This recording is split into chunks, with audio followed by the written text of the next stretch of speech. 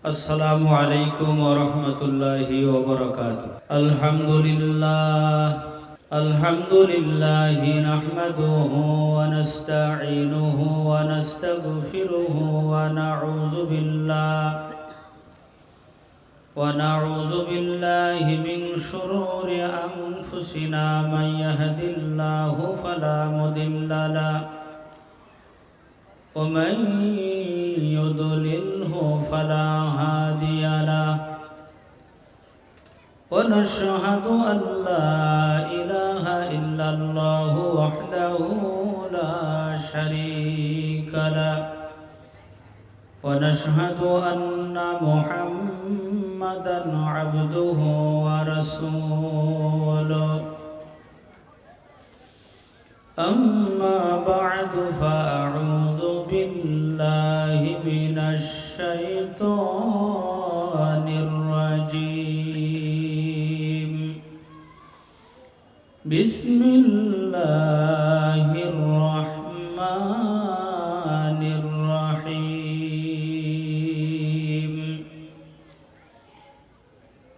هو الذي بعث في الأميين رسولا منهم يتلو عليهم آياته ويزكيهم ويعلمهم الكتاب والحكمة وإن كانوا من قبل لفي ضلال مبين.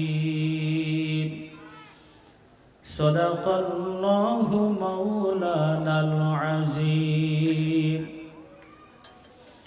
وقال رسول الله صلى الله عليه وسلم: من جعل القرآن أمامه قعده إلى الجنة، ومن جعل القرآن خلف ظهره ساقه إلى النار،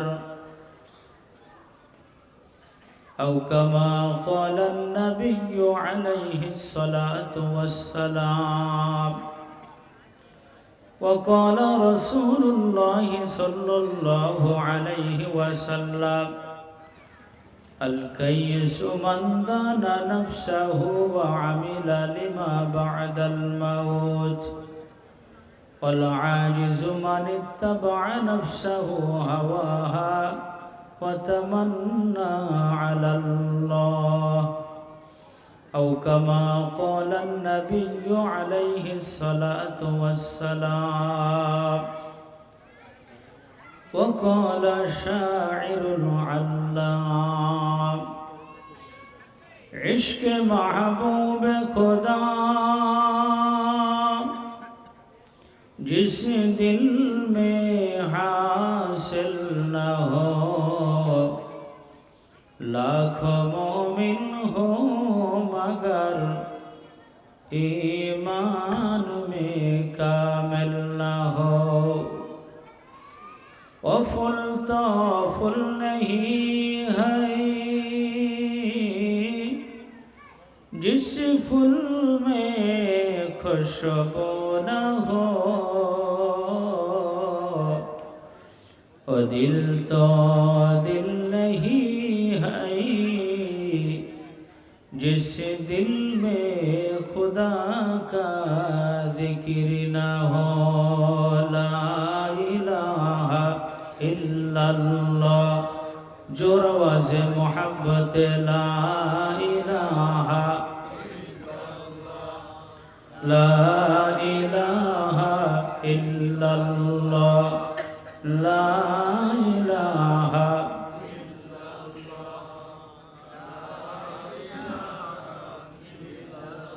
এই কালিমার জপরে মালা মন, এই কালিমার জপমালা কাজে লাগবে মরণ বেলা তোর, কাজে লাগবে মরণ বেলা। অন্ধকার কবরেতে তোমাকে থাকিতে হবে একিলা লা ইলাহা ইল্লাল্লাহ লা ইলাহা ইল্লাল্লাহ লা ইলাহা। আওয়াজ বাড়ানো যায়, একটু বাড়ি দিয়ে না, আমি আসতে পারি একটু বাড়ি লা ইলাহা ইল্লাল্লাহ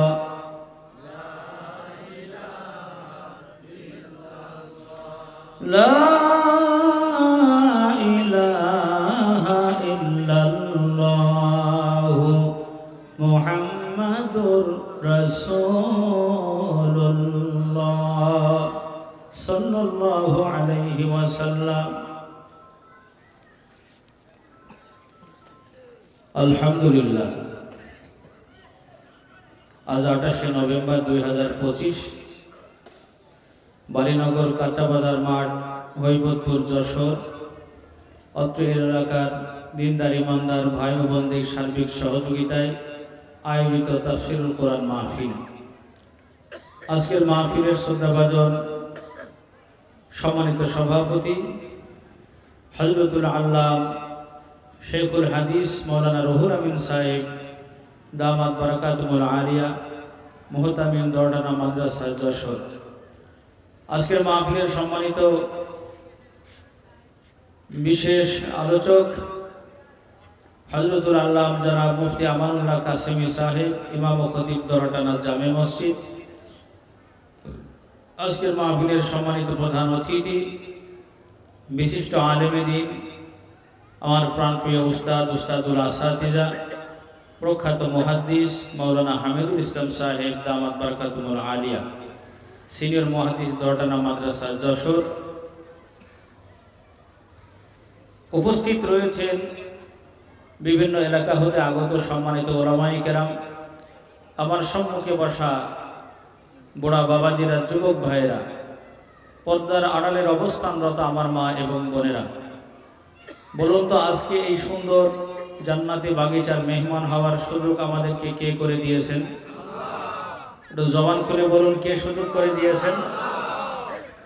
আমরা আজকে যে এখানে একত্রিত হয়েছি, আমাদের হয়তো অনেকেরই মনের ভিতরে কল্পনা জল্পনা যে আমাদের যে পরিমাণ লোক হয়েছে, আলহামদুলিল্লাহ, আরও যদি বেশি লোক হতো তাহলে আরও সুন্দর হতো।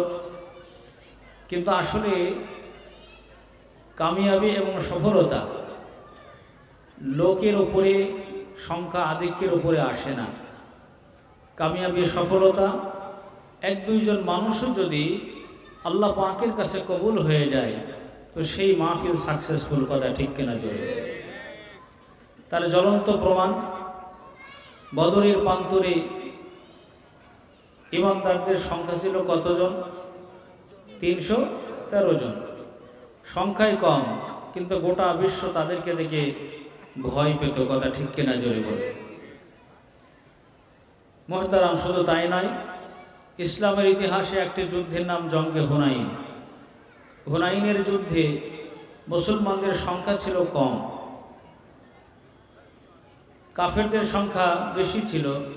তবে মুসলমানরা অন্যান্য যুদ্ধে যেই পরিমাণ সংখ্যাই ছিল তার থেকে একটু বেশি ছিল হুনাইনের যুদ্ধে। প্রায় 6000-এর মতো সংখ্যা ছিল, ইতিহাসের কিতাবে, তাফসীরের কিতাবে লেখে।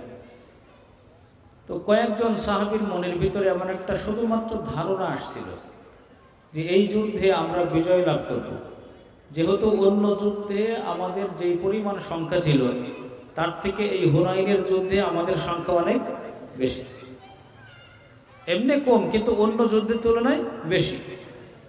এই জন্য ধারণা আসলো যে আমরা হয়তো অন্য যুদ্ধে আমরা বিজয় লাভ করেছি, বদরের প্রান্তরে প্রথম যুদ্ধে, আর এই যুদ্ধে তো আমরা বিজয় লাভ করব। কিন্তু আল্লাহ তাআলা একেবারে পরাজয়ের কাছে নিয়ে নাকে চুবানি দিয়ে তারপরে একটু আবার বিজয় দিয়েছেন। বলেন সুবহানাল্লাহ। বোঝাই দিয়েছেন আল্লাহ তাআলা যে আসলে না, সংখ্যা বেশি হলেই সেইটা যে আল্লাহর দরবারে কবুল হয় এবং তার বিজয় সফলতা আসে, এমনটি নয়। মুহতারাম, আপনারা যারাই এসেছেন, যদি আজকে এখানে তওবার নিয়ত করে বসতে পারেন, আমলের নিয়তে বসতে পারেন, আয়োজক যিনারা আজকের এই তাফসীরুল কোরআন মাহফিলের, তিনারা ধন্য এবং তিনারাও মাকবুল, আপনারাও আল্লাহর দরবারে কবুল হবেন।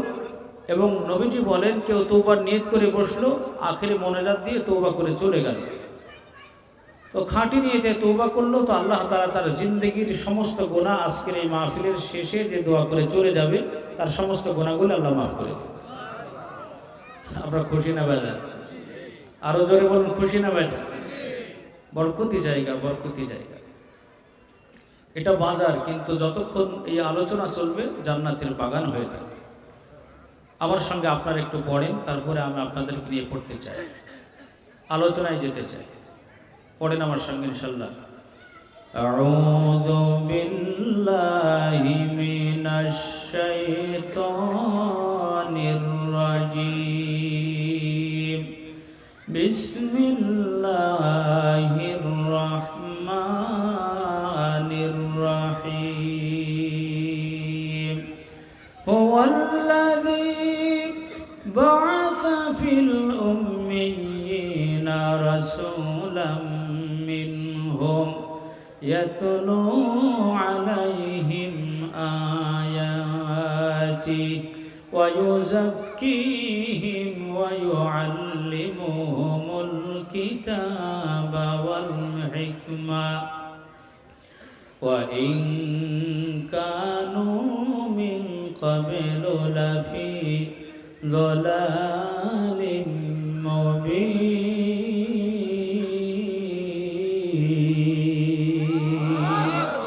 আর একটু জোরে বলা যায় আল্লাহু আকবার। আকাশ বাতাস মুখরিত করে আল্লাহু আকবার। আল্লাহর বান্দারা, আল্লাহ রাব্বুল আলামিন যতগুলি পয়গম্বরকে দুনিয়ার জমিনে পাঠিয়েছেন, সংখ্যা তালাশ করলে পাওয়া যায় 1,24,000, মতান্তরে 2,24,000। সমস্ত পয়গম্বরদের ভিতরে আপনার পয়গম্বরকে, আমার পয়গম্বরকে আল্লাহ রাব্বুল আলামিন শ্রেষ্ঠ পয়গম্বর বানিয়েছেন। কথা ঠিক কিনা? জোরে বলো। শুধু তাই নয়, যেমন শ্রেষ্ঠ পয়গম্বর তেমন সর্বশেষ পয়গম্বর, সর্বকালে সর্বযুগের সর্বশ্রেষ্ঠ পয়গম্বর এবং সর্বশেষ পয়গম্বর খাতামুল আম্বিয়া খাতামুন নবিয়্যিন। চিৎকার দিয়ে বলুন কথা ঠিক কিনা? 2 নম্বর, আল্লাহ পাক যতগুলি আসমানি কিতাব নাজিল করেছেন, সংখ্যা যদি তালাশ করেন পাওয়া যাবে 104 খানা। কয়খানা? 104 খানা আসমানি কিতাব। তার মধ্যে 100টা হলো সহিফা, আর শুধুমাত্র 4টা কিতাব হলো বড় কিতাব, তাওরাত, জবুর, ইনজিল, কোরআন। এই 4টা বড় কিতাবের মধ্যে আবার আল্লাহ রাব্বুল আলামিন সবথেকে যেই কিতাবটাকে বেশি শ্রেষ্ঠত্ব দিয়েছেন আর বড় হিসাবে আল্লাহ পাক আমাদেরকে দিয়েছেন, ওই কিতাবের নাম হলো কোরআন মাজিদ। বলা যায় কি সুবহানাল্লাহ? আর যদি তালাশ করেন পাওয়া যাবে যতগুলি পয়গম্বরের উম্মতকে আল্লাহ তাআলা ফজিলত দিয়েছেন, সম্মান মর্যাদা দিয়েছেন। হযরতে আদম থেকে নিয়ে ঈসা পয়গম্বর পর্যন্ত প্রত্যেক পয়গম্বরের কম বেশি উম্মত ছিল, কিন্তু আল্লাহ রাব্বুল আলামিন আপনার আমার পয়গম্বরকে শ্রেষ্ঠত্ব দিয়েছে। ওই শ্রেষ্ঠ পয়গম্বরের খাতিরে শেষ নবীর উম্মত আমরা বটে। আদম থেকে নিয়ে যত উম্মত এই দুনিয়ার বুকে পয়গম্বরদের দুনিয়াতে আগমন করেছে, সব পয়গম্বরদের উম্মতির মধ্যে আল্লাহ রাব্বুল আলামিন আবার আমাদেরকে শ্রেষ্ঠ উম্মত ঘোষণা দিয়েছে। তাহলে আমরা নবী পেয়েছি শ্রেষ্ঠ, কিতাব পেয়েছি শ্রেষ্ঠ, উম্মত শ্রেষ্ঠ। আল্লাহ রাব্বুল আলামিন যদি আমারে তৌফিক দেয়, কেমন শ্রেষ্ঠ কিতাব পেয়েছি আপনাদেরকে একটু শোনাবো ইনশাআল্লাহ। এরপরে পয়গম্বর কেমন শ্রেষ্ঠ সেটাও চেষ্টা করব। উম্মত কেমন শ্রেষ্ঠ সেটাও আল্লাহ পাক তৌফিক দিলাম, একটু হালকা টাচ দিয়ে যাও। বাজান রে আমার, আল্লাহ রাব্বুল আলামিন আপনার আমার পয়গম্বরকে যে দায়িত্ব দিয়ে, যেই কর্মসূচি দিয়ে দুনিয়ার বুকে পাঠিয়েছেন, আমি যে আয়াত তেলাওয়াত করেছি আল্লাহ পাকের মধ্যেই সেটা বর্ণনা করেছেন। আল্লাহ পাক বলেন, হুয়াল্লাযী বাআসা ফিল উম্মিয়িনা রাসূলাম মিনহুম, আমি উম্মীদের মধ্য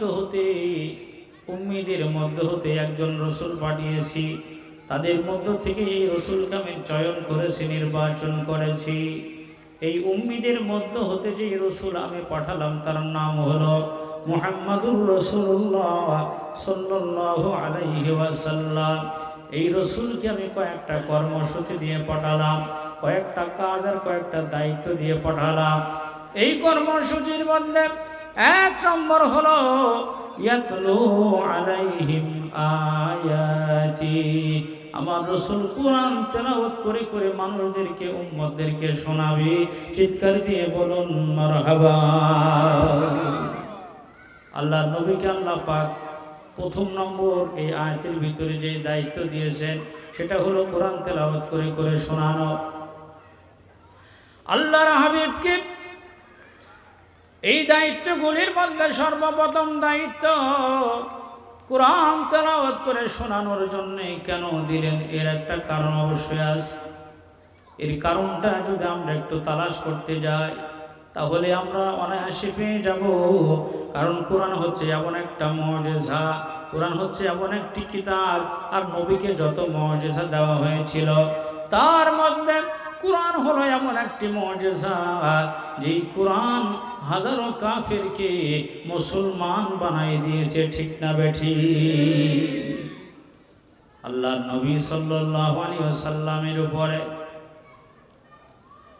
হঠাৎ করে একদিন জিবরাইল আমিন একটা আয়াত নিয়ে আসে, সূরাতুন নহলের 90 নম্বর আয়াতটা নিয়ে জিবরাইল যখন দুনিয়াতে আগমন করলেন, আল্লাহর পয়গম্বরকে এই আয়াত দিয়ে জিবরাইল আমিন চলে গেছে। আল্লাহর নবী সাহাবায়ে কেরামকে যে আয়াত প্রাপ্ত হতেন সেটা তেলাওয়াত করে শোনাতেন। পয়গম্বর তেলাওয়াত করে করে সাহাবায়ে কেরামকে শোনাতে লাগলেন। অমনি আরব দেশের ভিতরে মক্কা মদিনাতে বিশেষ করে আলোড়ন সৃষ্টি হয়ে গেল, সাড়া পড়ে গেল। যেই নবীকে আমরা অনেক সময় পাগল বলি রে, সেই নবীজির উপরে এমন একটা আয়াত নাজিল হয়েছে, ওই আয়াতের তেলাওয়াত শুনলে পরে বোঝা যায় নবী পাগল নয়, নবী জাদুকর নয়, নবী কখনোই গণক হতে পারে না, এই নবী কোনোদিন ভ্রান্ত হতে পারে না। বলুন সুবহানাল্লাহ। এমন একটা গুঞ্জন সৃষ্টি হয়ে যায়।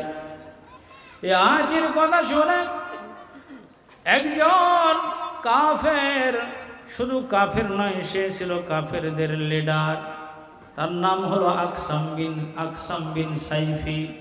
এই আকসাম বিন সাইফি তার অনুসারী যারা তাদের সঙ্গে পরামর্শ করলো, ডাক দিয়ে বলল, তোমরা শোনো শোনো, শুনেছি মুহাম্মাদুর রাসূলুল্লাহর উপরে এমন একটা সুন্দর আয়াত নাজিল হয়েছে, ওই আয়াতটা নাকি চরিত্র গঠনের জন্যে, আখলাক আদর্শ গঠনের জন্যে, সমাজ পরিচালনা করার জন্যে, দেশ এবং রাষ্ট্র পরিচালনা করার জন্যে, পরিবারকে পরিচালনা করার জন্যে, সব কিছুর জন্যে ওই একটা আয়াতই যথেষ্ট। বলুন সুবহানাল্লাহ। এমন একটা আয়াতের তেলাওয়াত না শুনলে আমি আকসাম বিন সাইফির ভালো লাগতেছে না। এই কথা যখন তার যারা অনুসারী তাদেরকে বলেছি, ওরা ডাক দিয়ে বলে, আপনি আমাদের লিডার, যদি আপনি লিডার হয়ে মুহাম্মাদুর রাসূলুল্লাহ লিডার, মুহাম্মাদুর রাসূলের লিডারের কাছে যদি আপনি গিয়ে সেখানে আত্মসমর্পণ করেন, সারেন্ডার হন, এবং যদি আপনি সেখানে নিচু হয়ে যান, তাহলে এটা মানানসই হয় না। একজন লিডার আর একজন লিডারের কাছে গিয়ে কোনোদিন মাথা নত করতে পারে না, বরঞ্চ আপনি এখানে থাকেন, আমরা দুইজন যাই, প্রতিনিধি হিসেবে মুহাম্মাদুর রাসূলুল্লাহর কাছে যাই এবং তাকে কিছু প্রশ্ন করি আর ওই আয়াতটা আমরা শুনে আসি। আল্লাহর হাবিব সাল্লাল্লাহু আলাইহি ওয়াসাল্লামের কাছে দুইজন প্রতিনিধি চলে যায়। যাওয়ার পরে নবীজিকে সম্মান করে সামনে হাজির হয়ে ডাক দিয়ে বলে, মান আনতা ওমা আনতা, মুহাম্মদ তুমি কি আর তুমি কি জন্য দুনিয়াতে আগমন করেছ? আল্লাহর হাবিব বলে, আনা মুহাম্মদ ইবনু আব্দুল্লাহ, আমি হলাম আব্দুল্লাহর পুত্র মুহাম্মদ। বলুন সুবহানাল্লাহ। 2 নম্বরে, ইন্নী রাসূলুল্লাহি ইলাইকুম জামিয়া, আমি সমস্ত মাখলুকাতের রসুল হিসেবে, কুল মাখলুকাতের রসুল হিসেবে দুনিয়ার বুকে আগমন করেছি। আমি শুধু মানুষের রসুল নয়, আমি মানুষের রসুল, আমি জিন জাতিদের রসুল, আমি গাছের রসুল, আমি মাছের রসুল, আমি পাহাড় পর্বত নদী নালা খাল বিল সব কিছুর রসুল। শুধু তাই নয়, আমি সমস্ত রসুলদের রসুল। ইমামুল আম্বিয়া, আশরাফুল আম্বিয়া, হাবিবে কিবরিয়া, আমি সমস্ত কুল মাখলুকাতের রসুল হিসেবে দুনিয়ার বুকে আগমন করেছি। এমন কথা শুনে ওই 2 প্রতিনিধি আশ্চর্যজনিত হয়ে যায়। ডাক দিয়ে বলে, মুহাম্মদ, সংক্ষেপে জিজ্ঞাসা করলাম আর তুমি সংক্ষেপে উত্তর দিলে। বুঝেছি তোমার মধ্যে অনেক সাহিত্যকতা রয়ে গেছে। তোমার উপরে যে কোরআন নাজিল হয়, এই কোরআন নাজিল হয়, শুনেছি একটা চমৎকার আয়াত তোমার উপরে নাজিল হয়েছে। মুহাম্মদ গো, যদি সেই আয়াতটা একটু তেলাওয়াত করে শোনাতে পারতি, আমরা বড্ডই খুশি হয়ে যেতাম। আমরা আকসাম বিন সাইফির প্রতিনিধি হিসেবে তোমার কাছে হাজির হয়েছি। আল্লাহর নবী ডাক দিয়ে বলে, তোমরা কোরআন তেলাওয়াত শুনবে আর আমি কেন শোনাতে পারবো না? আরে তোমরা কি জানো না, আল্লাহ রাব্বুল আলামিন যতগুলি দায়িত্ব কর্মসূচি দিয়ে আমাকে দুনিয়ার মধ্যে পাঠিয়েছে, তার মধ্যে 1 নম্বর কর্মসূচি হলো আল্লাহ পাক নিজেই ঘোষণা করেছেন, হুয়াল্লাযী বা'আসা ফিল উম্মিয়িনা রাসূলাম মিনহুম ইয়াতলু আলাইহিম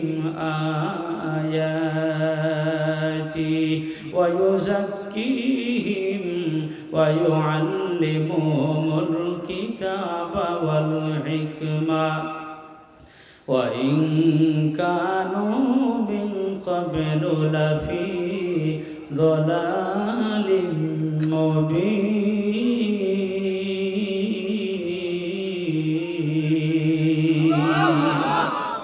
আল্লাহর নবী বলেন, আমার দায়িত্বের ভিতরে একটা হলো ইয়াতলু আলাইহিম আয়াতি, আমি কোরআন পড়ে আমার উম্মতদেরকে শোনাবো।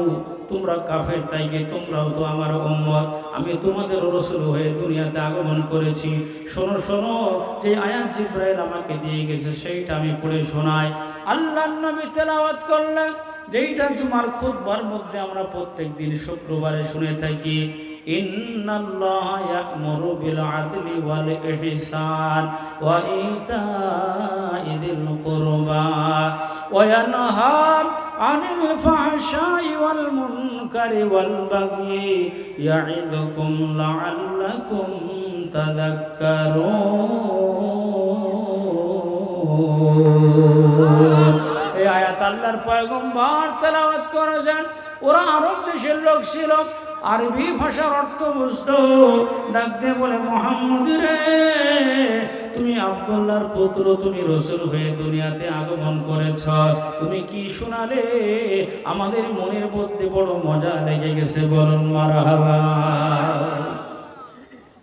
আল্লাহর নবী আবার কি শোনানো যায়? বলে, কেন শোনাতে পারবো না? তাহলে একটু মনোযোগ দিয়ে শোনো। আল্লাহর নবী আবার তেলাওয়াত করলেন।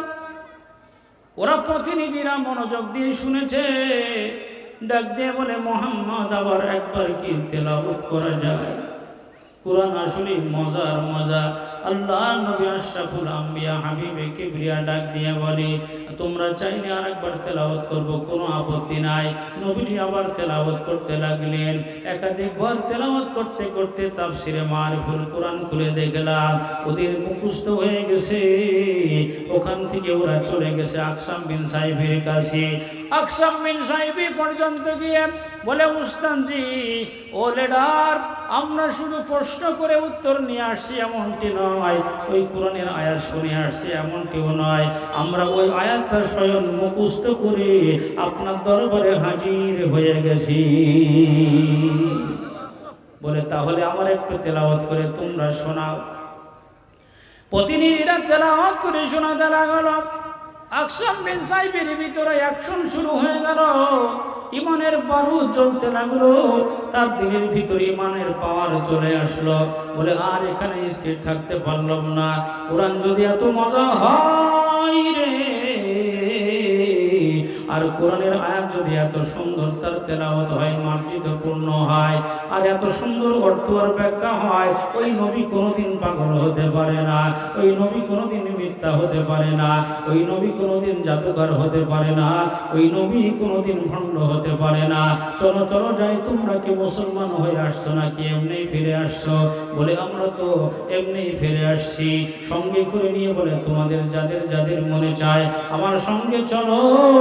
আল্লাহ নবীর হাতে হাত দিয়ে এই আয়াতের বরকতে বদৌলতে আকসাম বিন সাইব সহ শত কাফেরেরা সঙ্গে সঙ্গে মুসলমান হয়ে যায়। হবে না আর দ্বিতীয় আমার নবীর মতো।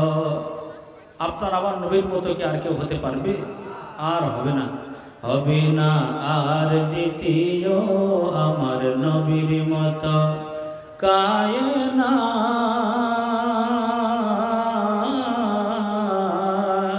কুল কায়নাত দরুদ পড়ে যার প্রেমে অবিরত, ও দরুদ অবিরত। হবে না আর দ্বিতীয় আমার নবীর মতো। বলুন আমার সঙ্গে, হবে না আর দ্বিতীয় আমার নবীর মতো। হবে না আর দ্বিতীয় আমার নবীর মতো। যে নবীর শানমান সবখানেতে চলে, সে নবীর জীবন গেল উম্মতি উম্মতি বলে। যে নবীর শানমান সবখানেতে চলে, সে নবীর জীবন গেল উম্মতি উম্মতি বলে। ধন্য এমন দরদি নবীর হয়ে উম্মত। কথা ঠিক কিনা? ধন্য এমন দরদি নবীর হয়ে উম্মত। কায়নাত কুল কায়নাত দরুদ পড়ে যার প্রেমে অবিরত, ও দরুদ অবিরত।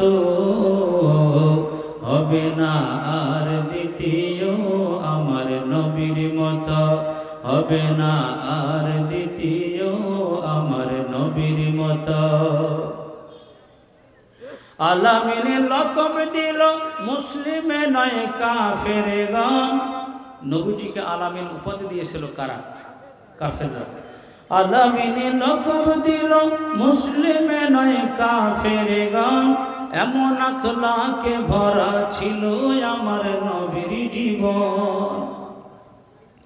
আলামিনে লকব দিল মুসলিমে নয় কাফেরগণ। এমন আখলাকে ভরা ছিল আমার নবীর জীবন। দেখে তাহার সততা কাফেরেরাও মুগ্ধ হত। দেখে তাহার সততা কাফেরেরাও মুগ্ধ হত। কায়নাত কুল কায়নাত দরুদ পড়ে যার প্রেমে অবিরত, ও দরুদ অবিরত। হবে না আর দ্বিতীয় আমার নবীর মতো। হবে না আর দ্বিতীয় আমার নবীর মতো। চিৎকার দিয়ে বলা যায় কি মারহাবা। একটু জিকির করে লা ইলাহা ইল্লাল্লাহ।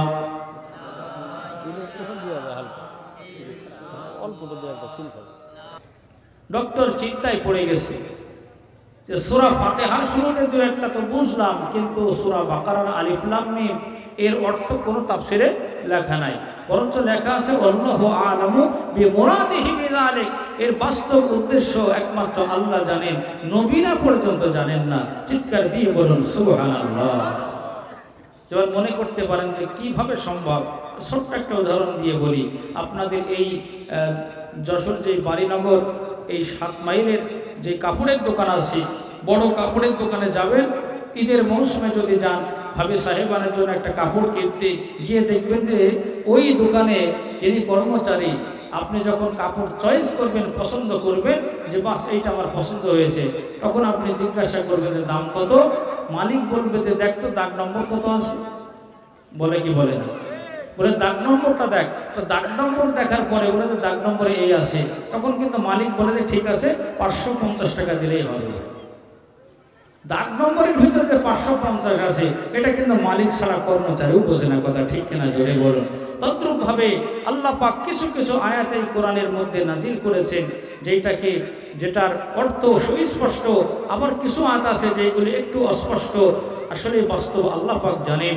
তবে আলিফ লাম মিম এগুলিকে বলা হয় হরুফে মুকাত্তাআত, ইয়াসিন, তাহা, তারপরে নুন, আলিফ লাম মিম, কাফ হা, ইয়া আইন সাদ, আলিফ লাম রা, এইভাবে যত কাটা কাটা অক্ষরগুলি আছে এইগুলিকে বলা হয় হরুফে মুকাত্তাআত, অর্থাৎ কাটা কাটা কিছু আলাদা আলাদা পৃথক পৃথক অক্ষর। এর অর্থগুলি একমাত্র আল্লাহ ছাড়া আর কেউ।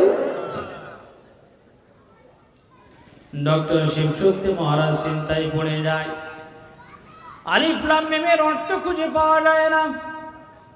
যত ডক্টরেট অর্জন করা ছিল, যত শিক্ষা অর্জন করা ছিল, যত বিজ্ঞান তার জানা ছিল, দর্শন জানা ছিল, সমস্ত ডক্টরেট অর্থাৎ 20টা বিষয়ের উপরে যে ডক্টরেট অর্জন করা ছিল, এক আলিফ লাম মিমের অর্থ খুঁজতে গিয়ে সেখানে ফেলিওর হয়ে যায়। চিৎকার দিয়ে বলুন সুবহানাল্লাহ। মাথার মধ্যে এখন কিন্তু মেন্টালি আঘাত শুরু হয়ে গেল। আরে কি করলাম, এত লেখাপড়া করে আলিফ লাম মিমের অর্থ জানি না, তাহলে আমি আর কি শিক্ষিত হয়েছি, কি বা আমার জ্ঞান আছে। দেখে সামনের দিকে যাই, সামনের দিকে যাওয়ার পরে দেখি আল্লাহ পাক বলেন যালিকাল কিতাবু লা রাইবা ফি, এটা এমন একটি কিতাব যার মধ্যে বিন্দু মাত্র সন্দেহের অবকাশ নেই। হুদাল লিল মুত্তাকিন, কোন ব্যক্তি যদি আল্লাহকে একটু ভয় করে হেদায়েত নিতে চায়, এই কিতাব তাকে হেদায়েত দান করে দেয়। ডক্টর চিন্তা করে তাহলে তো হেদায়েত পাওয়ার জন্য আল্লাহর ভয় লাগবে। জোরে বলুন না সুবহানাল্লাহ। আল্লাহ কাকে কিভাবে হেদায়েত দেয় এটা আল্লাহ পাক ভালো জানেন। আপনারা সব জানেন, ইসলামের ইতিহাসেও লেখা আছে এবং তাফসীরের কিতাবেও আছে। নবীজি নিজের চাচার কাছে গিয়ে বলতেছেন, চাচা আপনি একবার শুধু কি করেন, একটু কালিমাটা করেন, আল্লাহর দরবারে আপনার জন্য আমি সুপারিশ করব জান্নাতে নিয়ে যাওয়ার জন্যে আবু তালেবের কাছে। ঠিক না কথা?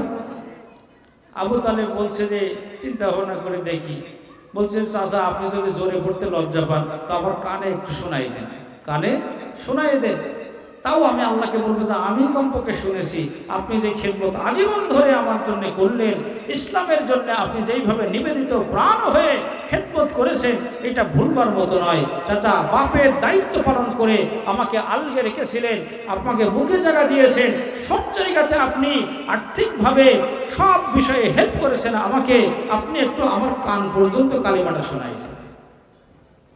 তো বলে দেখো, এখন যদি আমি এই মৃত্যুসজ্জায় শায়িত হয়ে কালেমা পড়ি তো মানুষে বলবে যে আবু তালেব সে হলো মুহাম্মদের ধর্মকে কবুল করেছে এবং জাহান্নামের শাস্তির ভয়ে সে কালেমা পড়েছে।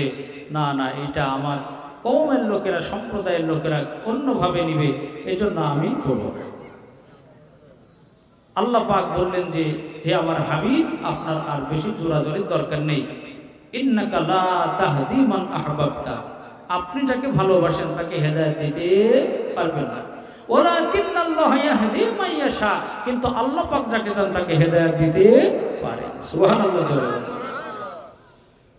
বলছিলাম বাজারে আমার অমনি ডক্টর শিবশক্তি মহারাজ চিন্তা করে দেখলো, যারা আল্লাহকে একটু ভয় করতে চায় আল্লাহ পাক তাদেরকে হেদায়েত দিয়ে দেয়।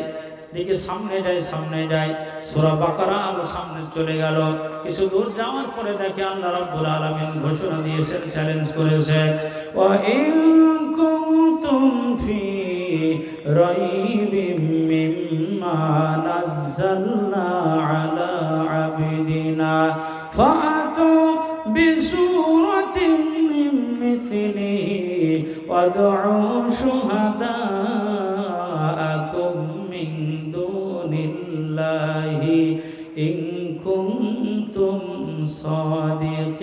صادقين فإن لم تفعلوا ولن تفعلوا فاتقوا النار التي وقودها الناس والحجارة أعدت للكافرين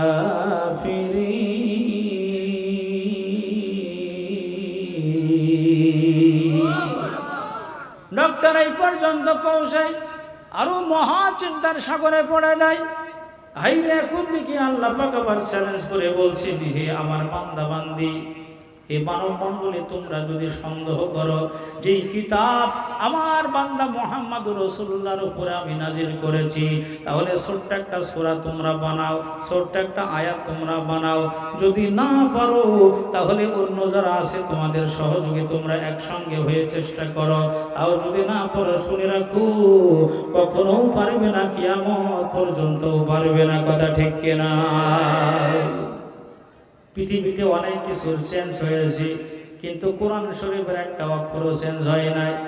শুধু তাই নয়, এই সারা বিশ্ব বুকে আলহামদুলিল্লাহ প্রায় কোটির কাছে হাফেজে কোরআন আছে। একটা অক্ষর যদি ভুল যায়, রমজান মাসে যখন তারাবি পড়া হয়, দেখবেন পিছন থেকে একটা অক্ষরে লোকমা দিয়ে আবার ঠিক করে দেয় অন্য হাফেজ সাহেব। অর্থাৎ কোরআন শরীফ আল্লাহু আকবার কিয়ামত পর্যন্ত কোনোদিন একটা অক্ষরের পরিবর্তন হবে না, একটা জের জবরের পরিবর্তন হবে না। বলুন সুবহানাল্লাহ। আল্লাহ নিজেই তো বলেছেন, ইন্না নাহনু নাযালনা যিকরা ওয়া ইন্না লাহু লাহাফিজুন। আমি নাযিল করেছি কোরআন, হেফাজত করব। হেফাজত করার মালিক কে? আরো জোরে বলুন কে? আল্লাহ রাব্বুল ইজ্জাত ওয়াল জালাল হেফাজত করবে। দুনিয়ার কিছু মানুষ চায় যে কোরআন সুন্নাহকে অবমাননা করার জন্য। এটা কাফেরদের লক্ষণ, অমুসলিমদের লক্ষণ। কোন মুসলমানও যদি পবিত্র কোরআনুল কারীমের এই ধারাবাহিকতা বন্ধ করার চেষ্টা করে, পবিত্র কোরআনুল কারীমকে কেউ যদি অবমাননা করে, সে নিজেই ক্ষতিগ্রস্ত হয়ে যাবে, ধ্বংস হয়ে যাবে। কথা ঠিক কিনা? জোরে বলুন। আবু জাহাল, উতবা, সাইবা, ওয়ালিদ ইবনে মুগিরা তারা যেমন ধ্বংস হয়েছে, আজও পর্যন্ত যদি কেউ সেই ইতিহাস থেকে শিক্ষা না নেয় এবং কেউ যদি চেষ্টা করে পবিত্র কোরআনুল কারীমের সঙ্গে বেয়াদবি করার জন্য, কোরআনের কোনো ক্ষতি হবে না, বরঞ্চ তারা নিজেরাই ধ্বংস হবে। বলছিলাম বাজান রে আমার, ডক্টর শিব শক্তি মহারাজ মহাচিন্তার সাগরে পড়ে যায়। তাহলে কি করব এখন? সামনে রেখে চ্যালেঞ্জ করেছেন আল্লাহ, যদি একা না পারো সঙ্গে সাথে নিয়ে চেষ্টা করো, ছোট্ট একটা সূরা বানাও, না পারলে ছোট্ট একটা আয়াত বানাও। তাও যদি না পারো তাহলে তোমরা শুনে রাখো, এরপরও যদি তোমরা শত্রুতা করো, কোরআনের সঙ্গে দুশমনি করো, তোমাদের জন্য জাহান্নামের শাস্তি অবধারিত। আমি আল্লাহ পাক জাহান্নামের খড়ি আর ইন্ধন তোমাদেরকে বানিয়ে দিব। ডক্টরের মধ্যে কিন্তু অটোমেটিকলি একটা চিন্তা ভাবনা চলে আসছে, সামনের দিকে চলে গেছি। পবিত্র কোরআনের সূরা ফাতিহা থেকে নাস পর্যন্ত সমাপ্ত করেছে। বাজান রে আবার শেষ পর্যন্ত অটোমেটিকলি যেই কয় বছর সে চেষ্টা করেছিল, যেই দিন সে রিপোর্ট পেশ করবে, আসলেই তো কোরআনের মধ্যে কোনো ভুলই প্রমাণ করতে পারে নাই। যেই রাত্রি পার হলে পারে দিনের বেলায় রিপোর্ট পেশ করতে হবে, ওই রাত্রি যখন আস্তে আস্তে করে 12টা বেজে যায়, রাত 12টার সময় ডক্টর চিন্তা করে আগামীকাল রিপোর্ট দিতে হবে। আমি তো বাদশার অনেক নেয়ামত ভোগ করেছি, রাষ্ট্রীয় অনেক সুন্দর সুন্দর আমি ব্যবস্থাপনা গ্রহণ করেছি, এয়ার কন্ডিশন ঘর নিলাম, খাদ্য খাবার নিলাম, অর্থ নিলাম, গাড়ি বাড়ি বিল্ডিং বালাখানা ব্যবহার করলাম, এখন কোরআনের মধ্যে কোনো ভুলই তো পাইনি। তাহলে আগামীকাল সকাল 10টার সময় আমি কি রিপোর্ট দেব? মহাচিন্তায় পড়ে গেছি। শেষমেশে সিদ্ধান্ত নিয়ে নিল যে এই কোরআনের মধ্যে কোনো ভুল নাই। আমি এই কয়টা বছর ধরে মেহনত করে একটা জের জবরে ভুল পেলাম না, একটা হরফের মধ্যে ভুল পেলাম না, একটা অক্ষর বা আয়াতের মধ্যে ভুল পেলাম না, আমি কোনো অর্থ ব্যাখ্যার মধ্যে ভুল পেলাম না। তাহলে সেই কোরআন ঠিক আছে, আমি ডক্টর ভুলের মধ্যে পড়ে আছি। বাজান রে আমার, আর নিজেকে দেরি করে নাই। রাত 12টা অর্ধ রজনী আল্লাহ পাককে সাক্ষী রেখে বলে, আল্লাহ তোমার কোরআনের মধ্যে ভুল ধরার জন্যে বাদশাহ আমাকে দায়িত্ব দিয়েছিল, কিন্তু আমি একটি ভুলও পাইনি। মাবুদ গো, যেই কোরআনের মধ্যে কোনো ভুল নাই, ওই কোরআনকে আমি ভালোবাসলাম, মহব্বত করলাম। ওই কোরআন যেই নবীর উপরে নাজিল হয়েছে সেই নবীর উপরে ঈমান আনলাম। ওই কোরআন আল্লাহু আকবার যে আল্লাহর পক্ষ থেকে নাজিলকৃত, সেই আল্লাহকে খালেক মালিক আমি মেনে নিলাম। তিনি আমার রাজ্জাক, তিনি আমার রব, আমি মেনে নিলাম। আল্লাহ তোমার উপরে ঈমান নিয়ে আসলাম। ঈমানের কালিমা পড়ে সঙ্গে সঙ্গে রাত 12টার সময় মুসলমান হয়ে যায়। রাত 12টার দিকে মুসলমান হয়ে গেছে। আল্লাহ রাব্বুল আলামিন বড় খুশি হয়ে গেছে। নিজের নাম এখন চয়েস করেছে ইসলামুল হক। আপনাদের কষ্ট হচ্ছে না? নাম পছন্দ করেছে ইসলামুল হক। এখন ইসলামুল হক চিন্তা করলো, নবীজির উপরে যখন প্রথম ওহী আসছিল গারে হীরার মধ্যে জাবালে নূরের উপরে, সেই দিন নবীজি কি করেছিলেন? এই কোরআনের আয়াত পাওয়ার পরে কি করেছিলেন? খাদিজাতুল কুবরার কাছে গিয়েছিলেন, ঈমানের দাওয়াত করেছিলেন, কোরআনের দাওয়াত দিয়েছিলেন। ডক্টর শিবশক্তি মহারাজ বিন্দু মাত্র দেরি না করে এখন তার নাম রাখছে ইসলামুল হক। বলে এখন আমার 2 নম্বরের কাজ হলো বাড়িতে যাওয়া। আমি বিবির কাছে গিয়ে ইসলামের দাওয়াত দিতে চাই। আমি মুসলমান হলাম, আমার বিবি যদি কাফের থাকে, অমুসলিম থাকে, তাহলে কেমনে হয়? দেখি বিবিকে দাওয়াত দেওয়ার দায়িত্ব আমার, আর হেদায়েত দেওয়ার দায়িত্ব স্বয়ং আল্লাহর। বলুন তো হেদায়েতের মালিক কে? গা গদারা মুলকে বখশি, গা গদারা মুলকে বখশি, গাহে সারা চৌগদা আজবরায়ে নিমে নানে দরবদর হাইরা কুনি, আজবরায়ে নিমে নানে দরবদর হাইরা কুনি। কাদরে কুদরত দারি हर चकाही आकुनी, मुर्दरा जिंदा कुनी तो जिंदा राबे जाकुनी, मुर्दरा जिंदा कुनी तो जिंदा राबे जाकुनी। नदीर कुल गड़े अकुल भांगे, नदीर कुल गड़े अकुल भांगे, এই তো নদীর খেলা। সকাল বেলার বাদশাহ তুমি, ফকির সন্ধ্যাবেলা। কথা ঠিক কিনা? আল্লাহ পাক যদি চান সকাল বেলার ধরিকে বিকেল বেলায় একটা ফটো তাল হাতে দিয়ে কিন্তু রাস্তায় বসাই দিতে পারে। বাজান রে আমার, আপনাদের যশোর জেলার অনেক ব্যবসায়ী দেখবেন তারা কিন্তু আজকে ব্যবসা ছেড়ে দিয়েছে। ওই দোকানের কর্মচারী ছিল, তারা কিন্তু আজকে বড় মালিক বনে গেছে। কথা ঠিক না বেঠি? আমাদের চুয়াডাঙ্গাতেও আমি দেখেছি এমন অনেক মালিক, তারা ব্যবসা ছেড়ে দিয়েছে। কর্মচারীরা কিন্তু ওর থেকে বড় বড় দোকানের মালিক হয়ে গেছে। আল্লাহ পাক চাইলে পরে বিন্দু মাত্র দেরি হয় না। ডক্টর শিবশক্তি মহারাজকে আল্লাহ পাক হেদায়েত দিয়ে দিয়েছে। এখন বলে আমি বাড়িতে চলে যাই। বিবি কামরার সামনে দাঁড়াইছে, বাড়িতে দরজায় আঘাত করতে আসে, কটকট করে আওয়াজ করে। বিবি দরজা খুলে দিয়েছি, বলে স্বামী গো আসুন, ঘরের মধ্যে আসুন না। বলে না না, আমি এখন ঘরের মধ্যে যাব না। শোনো, একটা শর্ত আছে, আমি কিন্তু কোরআন শরীফের মধ্যে কোনো ভুল ধরতে পারি নাই, বরঞ্চ কোরআনের মহব্বত আমি মুসলমান হয়ে গেছি। আমার নাম হলো ইসলামুল হক। বিবি রে, তুমি কি পারবে আমার মতো ইসলাম গ্রহণ করতে? কারণ শুনে রাখো, জেনে রাখো, ওই কোরআনের মধ্যে বিন্দু মাত্র কোনো ভুল নাই। বিবি ডাক দিয়ে বলে, স্বামী গো আসেন না ঘরের ভিতরে। বলে না না, তুমি কাফের আছো, তুমি যদি ইসলাম গ্রহণ করো এই ঘরের মধ্যে ঢুকবো, নইলে ঘরের মধ্যে ঢুকবো না। ডক্টর এই কথা বলার সঙ্গে সঙ্গে বিবি ডাক দিয়ে বলতেছে, স্বামী গো দীর্ঘদিন তোমার সঙ্গে ঘর সংসার করলাম, মোহাম্মত ভালোবাসা, তুমি মুসলমান হয়েছো, পবিত্র কোরআনের ছোঁয়ায় পড়ে মোহাম্মত ভালোবাসায় পড়ি। আমি বিবি হয়ে কেন মুসলমান হব না? আমি ওই কোরআনকে ভালোবেসি, কোরআনের মালিক যিনি আল্লাহ সেই আল্লাহকে ভালোবেসি, যার উপরে কোরআন নাজিল হয়েছে সেই নবীকে ভালোবেসি। আমিও এই মুহূর্তে মুসলমান হয়ে গেলাম। দুইজনে এখন মুসলমান হয়ে গেছে সুন্নাত তরিকায়। রাত্রিবেলায় এখন ঘুমিয়ে পড়েছে খাটের ওপরে। আল্লাহ পাক নিজেরই সামলাইতে পারে না।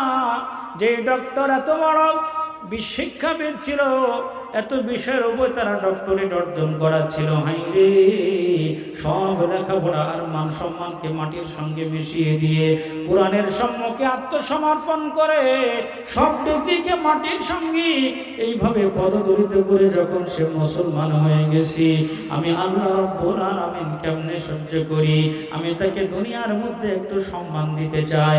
আল্লাহ পাক তার হাবিবকে ডাক দিয়ে বলি, এ আমার হাবিব, ও আমার রাসূল, আর দেরি করার দরকার নাই, একটু খামের মধ্যে ডক্টর শিবশক্তি মহারাজের সঙ্গে মোলাকাত দিয়ে দাও। আল্লাহ নবীকে বলে, একটু খামের মধ্যে ডক্টর শিবশক্তি মহারাজকে একটু মোলাকাত দিয়ে দাও। তার নাম হলো এখন ইসলামুল হক। আল্লাহ নবী চলে গেছেন খামের ভিতরে। ডক্টর শিবশক্তি দেখে আমার মাথার শিওরে একজন সুদর্শন যুবক দাঁড়ানো। এত সুদর্শন যুবক আর কোনোদিন দেখি নাই। হয়তো এমন পাবে না তোমায় কোনো দিন, তবুও থাকিব চেয়ে আমি মদিনার পানে চিরদিন। হয়তো এমন পাবে না তোমায় কোনো দিন, তবুও থাকিব চেয়ে আমি মদিনার পানে চিরদিন। পথ ভোলা মানুষের ভাঙে শত কোটি ভুল, সাহারা মরুর বুকে ফুটিয়ে শান্তির ফুল। পথ ভোলা মানুষের ভাঙে শত কোটি ভুল, তোমারি পরশেতে সব বেদনা হয়েছে বিলীন। হয়তো এমন পাবে না তোমায় কোনো দিন, তবুও থাকিব চেয়ে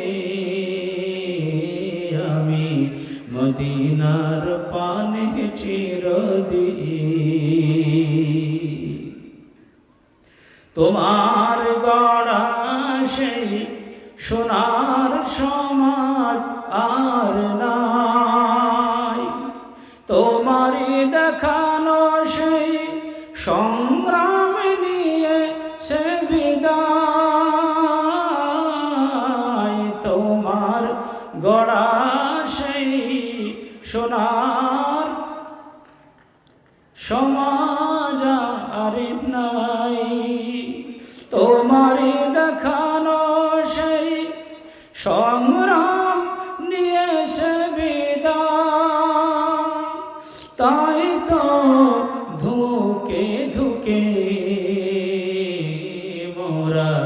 রয়েছি আজ পরাধীন। তাই তো ধুকে ধুকে মোরা রয়েছি আজ পরাধীন। হয়তো এমন পাবে না তোমায় কোনো দিন, তবুও থাকব চেয়ে আমি মদিনার পানে চিরদিন। তবুও থাকব চেয়ে আমি মদিনার পানে চিরদিন। চিৎকার দিয়ে বলুন মারহাবা। কষ্ট হয় বাজান? আল্লাহর বান্দারা বলছিলাম, ডক্টর শিবশক্তি মহারাজ সুন্নাত তরিকায় ঘুমায় পড়েছে খাটের ওপরে, মাথার শিওরে আল্লাহর নির্দেশে পয়গম্বর সাল্লাল্লাহু আলাইহি ওয়াসাল্লাম হাজির হয়ে যায়। অমনি তাকিয়ে দেখতে আসি, এত সুদর্শন যুবক আমার জীবনে আমি কাউকে দেখি নাই। চাঁদের মতো ফুটফুটে সুন্দর চেহারার মানুষটা আমি কোনোদিন দেখি নাই। ওদিকে সারা ঘরের মধ্যে কেমন যেন একটা সুগন্ধি মম সুগন্ধি করতে আস, ঘরটা কেমন যেন মৃদু আলোকিত হয়ে গেছি। এইভাবে দেখার পরে ডাক দিয়ে বলে, কে গো তুমি? কে তোমার পরিচয়? কোথা থেকে তুমি আমার কামরার মধ্যে আসছ গো? ডক্টর শিবশক্তিকে ডাক দিয়ে বলে, নবীজি, এ ডক্টর ইসলামুল হক, শোনো শোনো, যেই কোরআন আমার উপরে নাজিল হয়েছিল, ওই কোরআনের ভালোবাসায় পড়ে কোরআনকে ভুল ধরতে গিয়ে নিজের ভুল ধরে তুমি মুসলমান হয়েছ। এই কোরআন আল্লাহ পাকের কিতাব, আল্লাহ পাক খুশি হয়ে গেছে, তুমি দাওয়াত দিয়ে তোমার বিবিকেও মুসলমান বানিয়েছ, আল্লাহ পাক খুশি হয়ে গেছি। আল্লাহর নির্দেশে তোমাকে এক নজর দিদার দেওয়ার জন্য খাবের মধ্যে আমি হাজির হয়েছি। আমি অন্য কেউ নয়, আমি হলাম মুহাম্মদুর রাসূলুল্লাহ সাল্লাল্লাহু আলাইহি ওয়াসাল্লাম। চিৎকার দিয়ে বলুন মারহাবা। আল্লাহর বান্দারা, আসলে এই পৃথিবীতে কয়দিন আমরা থাকব জানি না, কোন সময় যেন মালাকুল মউত আপনার আমার সম্মুখে হাজির হয়ে যায়। কোন দিন যেন না জানি দুনিয়ার বুক থেকে বিদায় নিয়ে যেতে হয়। জানি না গো কোন দিন যেন মসজিদের মাইকে ঘোষণা হয়, অমুক ব্যক্তি আর দুনিয়ার বুকে বেঁচে নাই। ওই দিন আসার আগে আগে নিজেদেরকে চিনতে হবে এবং পরকালীন জিন্দেগির জন্য পুঁজি আর পাথের সঞ্চয় করে নিতে হবে। আমি একটা হাদিস পড়েছি, আল্লাহ রাসূল বলেন, মান জাআলাল কুরআনা আমামা কাদাহু ইলাল জান্নাহ। যে ব্যক্তি কোরআনকে সামনে রাখবে, অর্থাৎ তার নিজের কাজকাম করার সময় কোরআনকে ফলো করবে, যেটা হালাল না হারাম। পরিবারকে যখন সে চালাবে, তো পরিবারের সময় সে পরিবার চালানোর ক্ষেত্রে কোরআনকে সামনে রাখবে, সমাজ চালানোর সময় কোরআনকে সামনে রাখবে, রাষ্ট্রীয় জীবনে কোরআনকে সামনে রাখবে, সামাজিক জীবনে কোরআনকে সামনে রাখবে, পারিবারিক জীবনে কোরআনকে সামনে রাখবে, ব্যক্তিগত জীবনকে কোরআনকে সামনে রাখবে, রাষ্ট্রীয় জীবনে কোরআনকে সামনে রাখবে, রাজনৈতিক জীবনে কোরআনকে সামনে রাখবে, অর্থনৈতিক জীবনে কোরআনকে সামনে রাখবে। প্রত্যেক জায়গাতে যখন কোনো ব্যক্তি কোরআনকে সামনে রেখে জীবন চালাবে, আল্লাহ রাসূল বলেন, এই কোরআন তাকে সুপারিশ করে, তাকে সুন্দর করে আদর করতে করতে করতে করতে আল্লাহ পাকের জান্নাত পর্যন্ত পৌঁছায় দেবে। বলুন সুবহানাল্লাহ। ওমান জাআলাল কুরআনা খালফা যাহরিহি সাকাহু ইলান নার। আর যে ব্যক্তি তার ব্যক্তিগত জীবনে কোরআনকে পিছনে ফেলে রাখবে, কোরআন অনুযায়ী চলবে না, পরিবারকে কোরআন অনুযায়ী চালাবে না, পিছনে ফেলে রাখবে, সামাজিক জীবনে কোরআনকে পিছনে রাখবে, রাষ্ট্রীয় জীবনে কোরআনকে পিছনে রাখবে, আন্তর্জাতিক জীবনে কোরআনকে পিছনে রাখবে, এই কোরআন তাকে ধাক্কাতে ধাক্কাতে আল্লাহ পাকের জাহান্নাম পর্যন্ত তাকে পৌঁছাই দিবে। বলুন নাউজুবিল্লাহ। আমরা ইনশাআল্লাহ কোরআনকে সামনে নিয়ে চলতে চেষ্টা করবো তো ইনশাআল্লাহ। আরেকটা হাদিস আমি পড়েছি, নবীজি বলেন, আল কাইয়িসু মান দানা নাফসাহু ওয়া আমিলা লিমা বা'দাল মাউত। দোয়া হবে ইনশাআল্লাহ, এখনই, বেশি দেরি হবে না। নবীজি বলেন কি, আল কাইয়িসু মান দানা ওয়া আমিলা লিমা বা'দাল মাউত। আল কাইয়িস মানে জ্ঞানী হলো ওই ব্যক্তি মান দানা নাফসাহু, যে নিজেকে চিনতে পারবে। জ্ঞানী কোন ব্যক্তি ভাই? যে নিজেকে চিনতে পারবে। আচ্ছা কীভাবে চিনব আমি? তার ছোট্ট একটা ব্যাখ্যা। আমি একসময় দুনিয়াতে ছিলাম নাকি আমরা? এইটা মনে করে যাবেন ইনশাআল্লাহ, একবার শেষ হব। আমরা দুনিয়াতে একসময় ছিলাম না, কিছুদিনের জন্য আসছি, কিছুদিনের জন্য আসছি। একসময় এই তিনটা জিনিস, আমি ছিলাম না, আসি, থাকবো না। আল্লাহ রসুল এই কথাই বলেন, নিজেকে চিনলো যে আমি ছিলাম না, আমার কোনো অস্তিত্ব ছিল না। আমাকে মানুষ মেম্বার হিসেবে, চেয়ারম্যান হিসেবে, মন্ত্রী হিসেবে, রাষ্ট্রপতি হিসেবে, প্রাইম মিনিস্টার হিসেবে চিনত না। এইটা চেনার পরে সে পরকালীন জিন্দেগির জন্য পুঁজি এবং পাথেয় সঞ্চয় করে। ও আমিলা লিমা বাদাল মাউত, মৌতের পরের জিন্দেগির জন্য কি করে? পুঁজি এবং পাথেয় সঞ্চয় করে নেয়। পুঁজি আর পাথেয় বলতে কি? ভালো কথা বলা, ভালো কাজ করা, ভালো আমল করা, খারাপ কাজ না করা, খারাপ কথা না বলা, খারাপকে ছেড়ে দেওয়া, এগুলো ভালো কাজ। ও আমিলা লিমা বাদাল মাউত, মৌতের পরের জীবনের জন্য আমল করে। আমি ছিলাম না, আসি, থাকবো না, এইটা চিন্তা ভাবনা করে মৃত্যুর পরের জীবনের জন্য কি করে? সে পুঁজি এবং পাথেয় তথা সওয়াব এবং নেকি অর্জন করে নেয়। আল্লাহ রাসূল বলেন, এ হলো সব থেকে বড় চালাক। বলুন সুবহানাল্লাহ। আমাদের দৃষ্টিতে চালাককে যে 100 খান কি 50 খান হয়তো বাসের মালিক, 5-7টা বাড়ি করেছে, ব্যাংকে অ্যাকাউন্টে বহু টাকা আছে, লাখো কোটি টাকা আছে, ধোকাবাজি করে, চিটারি বাটপারি করে বড় একটা সম্মান অর্জন করেছে, সম্মানের চেয়ার পেয়ে গেছে। আমরা মনে করি এই লোকের হয়তো চালাক, এটা মনে করি না। কিন্তু নবীজির ভাষায় ওই লোক চালাক না। চালাক হলো যে নিজেকে চিনল এবং পরকালীন জিন্দগির জন্য, মৌতের পরের জিন্দগির জন্য আমল করে নিল। আর বোকা কোন ব্যক্তি? নবীজি বলেন, ওয়ালা আতিসু মান ইত্তাবা নাফসাহু হাওয়াহা ওয়া তামান্না আলাল্লাহ, যে ব্যক্তি শুধু ভালোবাসা রাখে, আশা রাখে, এই চিন্তা করে যে আল্লাহ আমাকে মাফ করে দেবে, খারাপ কাজ সমানই করে যায়, খারাপ কথা সমানই বলে যায়, কিন্তু চিন্তা করে কি আল্লাহ মাফ করে দেবে, এই লোক হলো বোকা এবং নির্বোধ। মুহতারাম হাজিরিন, আমি যদি এই যশোর থেকে আমি ঢাকাতে রওনা করি, ঢাকায় যাব, তাহলে আমার পকেটে যদি 1টি টাকাও না থাকে, আমাকে কোনো অটোর মালিক আমাকে কি, বা সিএনজির মালিক, কোনো বাস, কোনো ট্রাক, কোনো ট্রেন আমাকে কি নেবে? নিলেও রাস্তার একটু গিয়ে যখন বসবে কিছু নেই, আমাকে নামাই নেবে। দুনিয়াতে সামান্য যদি আমি ঢাকা পর্যন্ত যেতে চাই, তাহলে আমাকে নিবে না। তার থেকে আরেকটা উদাহরণ যদি আমরা মনে করি, আমরা বিদেশে যাব, প্রবাসে যাব, তো বিদেশে গেলে পরে আমাদের টিকিট লাগবে, প্লেনের টিকিট লাগবে, ভিসা লাগবে, পাসপোর্ট লাগবে, আরও কত কিছু লাগবে, তারপরেই তো সেখানে যাওয়া যাবে না, কি বলেন? যদি আমি খালি পকেটে চলে যাই, খালি আবদুল্লাহ, বিদেশে গিয়ে আমি কোনো রকম টিকিট করে নামলাম, আমার কোনো কাগজপাতি নেই, আমাকে রাখবেন আবার ফেরত দেবেন? তো মুহতারাম হাজিরিন, আপনারা জ্ঞানী মানুষ, আপনারা সব বোঝেন। অতএব আমরা এই দুনিয়াতে এসেছি কেমন যেন আবার ফিরে যেতে হবে আমাদেরকে সেই জান্নাতে। এই জায়গা থেকে আমরা যে জান্নাত পর্যন্ত যাব, তো সেই জায়গাতে আমাকে পৌঁছাতে হলে আমার তো কিছু জিনিস লাগবে না, কি বলে? কিছু স্বর্ণ, কিছু দিরহাম, কিছু দিনার, কিছু টাকা পয়সা, এগুলি লাগবে। আর সেই টাকা পয়সার নামই হচ্ছে সওয়াব এবং নেকি। আল্লাহ তাবারাক ওয়া তাআলা আমাদেরকে জান্নাতে যাওয়ার জন্যে যেই পরিমাণ নেকি এবং সওয়াব অর্জন করার দরকার, সেই পরিমাণ নেকি এবং সওয়াব যেন অর্জন করার তৌফিক দান করে। সকলে বলে আমিন।